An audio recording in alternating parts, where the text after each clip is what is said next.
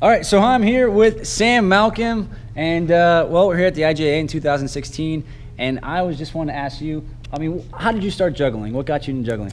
I got into juggling because I saw a guy juggling fire at a Sonic drive-in after I graduated high school. And I was really into like spinning poi and fire dancing and stuff. And I was like, that's the next step. That's the next level. I want to do five torches. Right. And then I found out that guy was actually a really good juggler. His name's CJ Smith. And he's like one of two people that practiced with Anthony Gatto on a regular basis. Oh, cool. And he taught me how to juggle, and he gave me a lot of practice advice, and he was just like, well, this is what you should be. This is as good as you should get, like these are, he could do 7 clubs, so he's like, you should just learn 7 clubs. So I wanted to do that, and then I really just wanted to perform. That was the main goal, was like, I want to perform, and I want to perform at a high level, and I want to be able to use my body as best as I can for performing, right. And that was, it's all my interests kind of came together. Right now you're doing professional like street shows from time to time, and you also do your own show as well? Yeah, I do. I have a 45-minute street performance act that I do. Awesome. Where it's mostly comedy for that. And then I do some technical juggling, like interspersed in. I have an 8-minute circus act, and then I have a 45-minute to an hour-long like stage comedy juggling act. That's I do technical juggling, and then I do stand-up comedy.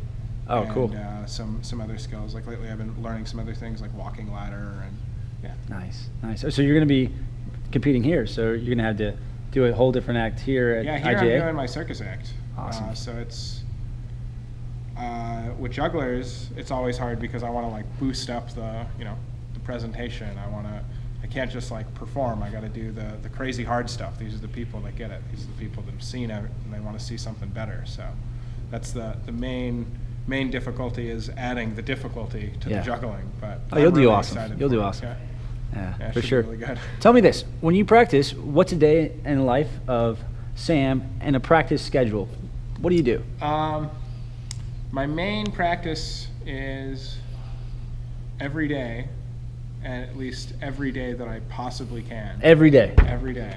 So when I was in college, it was every single day. Lately, it's every day that I'm not out doing shows.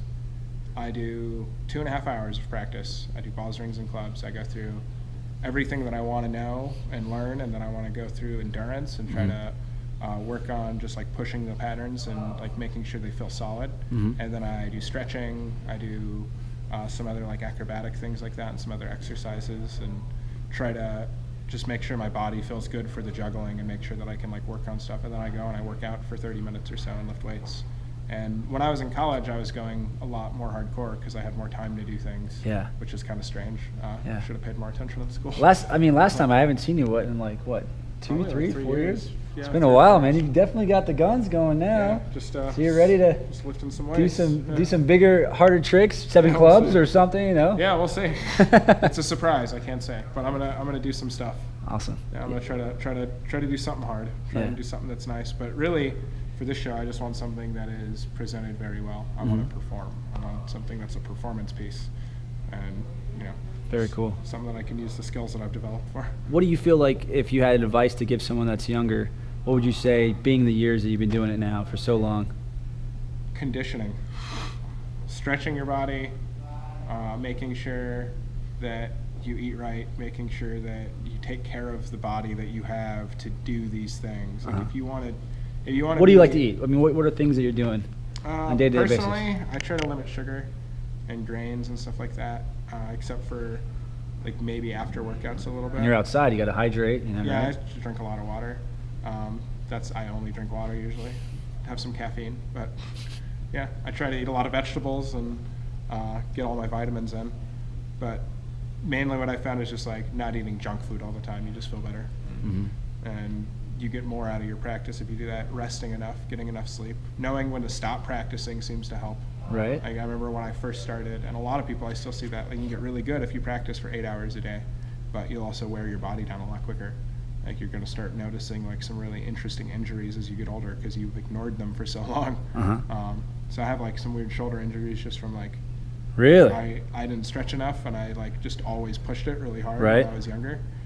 So as I got older, I started to notice it more, but it just takes more work in stretching and conditioning on that side so I can keep the patterns going and when you keep practice, the juggling up. When you practice, there's a good thing you said. When you practice 2 hours, 3 hours, how are you structuring? Do you run your routine? Do you do certain things at the end that you just want to do endurance If I'm runs? if I'm gonna rehearse and run my routine, I usually do that at the very end. But mostly, I just go up in order of objects. So I just start lower and end higher, and do that with balls, do that with rings, do that with clubs, and I work on like the balance and the head bounce and things like that in between for each number that I go up. And I try to just increase the difficulty as I go, and then usually end on endurance. Except if it's something like 9 balls, I'm not going to try to hit a trick with 9 balls usually. I'll probably start with the endurance. If I want to do a trick, I might try it after doing endurance, but usually it's just try to go for like running 9. But if I'm doing 7, I try to do all the tricks with 7 first, and then I end with the endurance. Cool. But I do that with like all the different props, balls, rings, clubs, and then try to keep it fun. If there's something that's not quite working, don't let it frustrate you. Just move on to the next thing that you kind of want to do, and take a break from it, and then come back to it later when you feel like it could work, and listen to your body and figure out what's going to feel good. Yeah. And you'll get more out of your practice that way. Keep it efficient. You're doing all this skill stuff. Now you're doing a comedy act. How do you prepare for comedy? For comedy, how's your show going with that? My views on comedy are going to be probably more in alignment with a lot of comics, but maybe less in alignment with a lot of variety performers. So what do you like to do to give exercises or get yourself ready for? The only thing that I can say for comedy is that like I think that most of the material that I end up writing comes from like a place inside that's like emotional. Cool. And that tends to be the anchor for it. So it just comes in. It's just like, to me, it's always been a way of dealing with things or difficulties in life. So that's all I do. I just look at stuff. And you try to put that into your show and well, I just try ideas. to look at whatever I'm doing and try to find like the way that it's funny or entertaining. Cool. Like, to me, it's more important if it's entertaining to people if they get it. So if there's something that I see that I think is kind of inherently funny, I try to find out why it's funny and look at it. But I don't really do as many of the exercises. Like I don't try to write so deliberately as like I need to write about this specific thing. Like maybe for juggling a little bit, but usually it's more by feel. Cool. And that goes pretty well for me, but it's all personal. Like some people do a lot better if they sit down and they write for a few hours. Right. But I just try to write all the time. Just if you Awesome. think of a joke, write it down. Awesome. If you come up with an idea for something, take a note. If Yeah. you say something funny to a friend, try to remember it. If you made somebody laugh one day, think about what you did that made them laugh and do it again. Perfect. Do you have a favorite prop? Do you like to do? Lately, I'm really, really into the ladder. That's a lot of fun, working on the walking ladder, just because it's completely different than anything I've ever learned. But generally, juggling rings, that's my preference. I like juggling rings a lot. Clubs have been feeling pretty good, though. Where do you see yourself in the future, as in who you are, doing what you're doing now, and so forth? I don't know. I don't really think that far ahead. I like to just try to do what I think feels good overall for my progression as a person. So if something feels like I'm progressing at it, I'll try to do that more. If something feels like I'm kind of stagnating, I'll try to figure out why and maybe quit doing that if that's not productive. So as a performer right now, it's like I kind of fell into street performing, but I really like it and I really enjoy doing my show and people enjoy my show. So that's fun.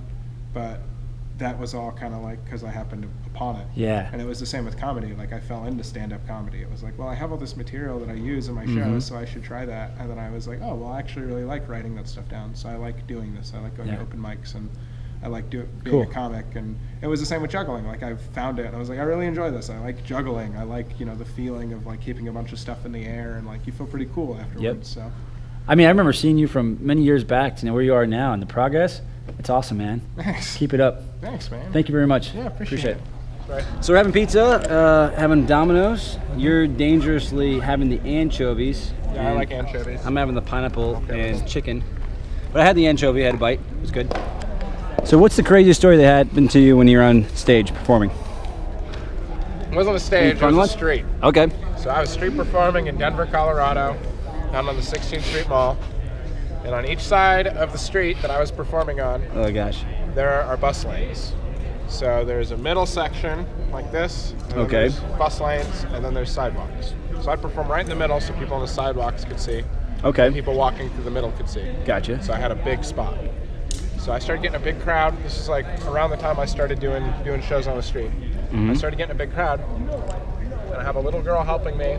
I'm juggling 7 balls. I'm throwing them one at a time. And she's catching them in a net. Cool. And it's adorable. And she's there with her family. She's like 11 years old. She has an older brother and an older sister. They're much older though, like 10 years or so. And her brother is standing just a little bit in the bus lane. And this bus drives by, and it honks its horn, and it doesn't stop. What? And it just hits him, and it like breaks his leg. Right in the middle of my show, and it was awful. Just ruined the whole show. And it also broke the guy's leg. He was okay. Oh my God. Yeah, but like he was just stopping to watch because of his sister. So I had to like break everything up. I had to like, we called an ambulance. We got him taken out of there and all that. But it was crazy. So that was actually what spurred me to leave street performing in Denver to move up somewhere else. So I started performing in Boulder and developing like a more solid circle show. Yeah. Because I This didn't guy have the got space hit in Denver. watching your show. Yeah, because I was getting crowds big enough that somebody got hit by a bus. It's crazy, right? Yeah, that's crazy, man. It's a bus. What about the bus driver, man? He must have like saw the kid and he was coming down, right? Yeah, well, he just didn't want to stop. He was in a hurry. He had to stop anyway, as it turned out. You have another crazy one? I had 2 drunk guys get into a fight in the middle of my show, Yeah. which isn't new. That'll happen. Drunk guys fight. Wait, why were one they guy- fighting? Shouldn't they be watching the show? Yeah, well, they were 2 homeless guys. One of them is in a wheelchair, Oh. and he's screaming at this other dude who's not in a wheelchair, and they're hollering, and I'm like doing While my you're show and doing your yelling show. over them. They're kind of across the street, but So they're people- near people enough can that hear people them. can hear them. But I'm just like yelling over them. Okay. So I run across the street to do this bit where I'm shouting to get more people to come over. And you're right next to him? I'm right next to him, and I look over, and then there's the sound of a bottle breaking, and then the man in the wheelchair stands up and rips the other guy's. He's in a wheelchair, but he stood up? Yeah, he stands up. Oh no, it gets way better. He stands up, and he grabs the guy that he's arguing with by the arm, and then pulls it off, because apparently it's a prosthetic arm. And then he starts hitting him with the prosthetic arm and screaming and cussing. And Do you know this story? At this point, No? I'm yelling at my crowd, and I'm like, okay, I think that maybe the show's over. Like it seems like this is, I don't want to even get hurt. You guys just hang on. I could start over a little while, whatever. But come on back later. And then a cop flies up because some people are watching. And somebody calls a cop. Oh This my cop gosh. drives up the street, flies up, jumps out of the car, gets out a gun, get on the ground, screaming at people. So now everybody's terrified because there's a homeless guy who was in a wheelchair that's now standing. So Yeah. a miracle has happened. Yep. And now there's a guy who's like missing an arm and he's getting like beaten with it. And now there's a cop trying to shoot both of them. And the kicker of this story is, Did you finish the show? I finished the show in the sense that I told everybody thank you for watching, but I couldn't finish the show. Like I was like worried about people getting hurt. Like it was too much of a distraction. Like I was like, I don't want anything bad to happen. This is the kicker of the story, was at the time, I had an OkCupid account that was all promoting my show. Oh, wow. It said, Ooh come la on la. out, watch my show. Oh. Well, it was just like advertisement, Yeah. like Facebook or something. It was like, come on out, watch my show. It's a lot of fun. I'm a comedian. I travel the world. Here's where you can find me. And this girl comes up after the show and she says, hey, I really enjoyed your show. And she smiles a bunch. And I said, oh, thanks. And she's there with her family. And then later that night, I got a message on OkCupid from that same girl. And she was like, I came out to watch your show because I found you on here and I thought you were really funny. And that was the show that she saw, was the one where 2 homeless guys get in a fight and a cop flies up. Yeah, so that was just a funny little tag onto that. Crazy. Street performing is crazy, man. I recommend everybody does it. There you have it. Get out there and street perform. Yeah.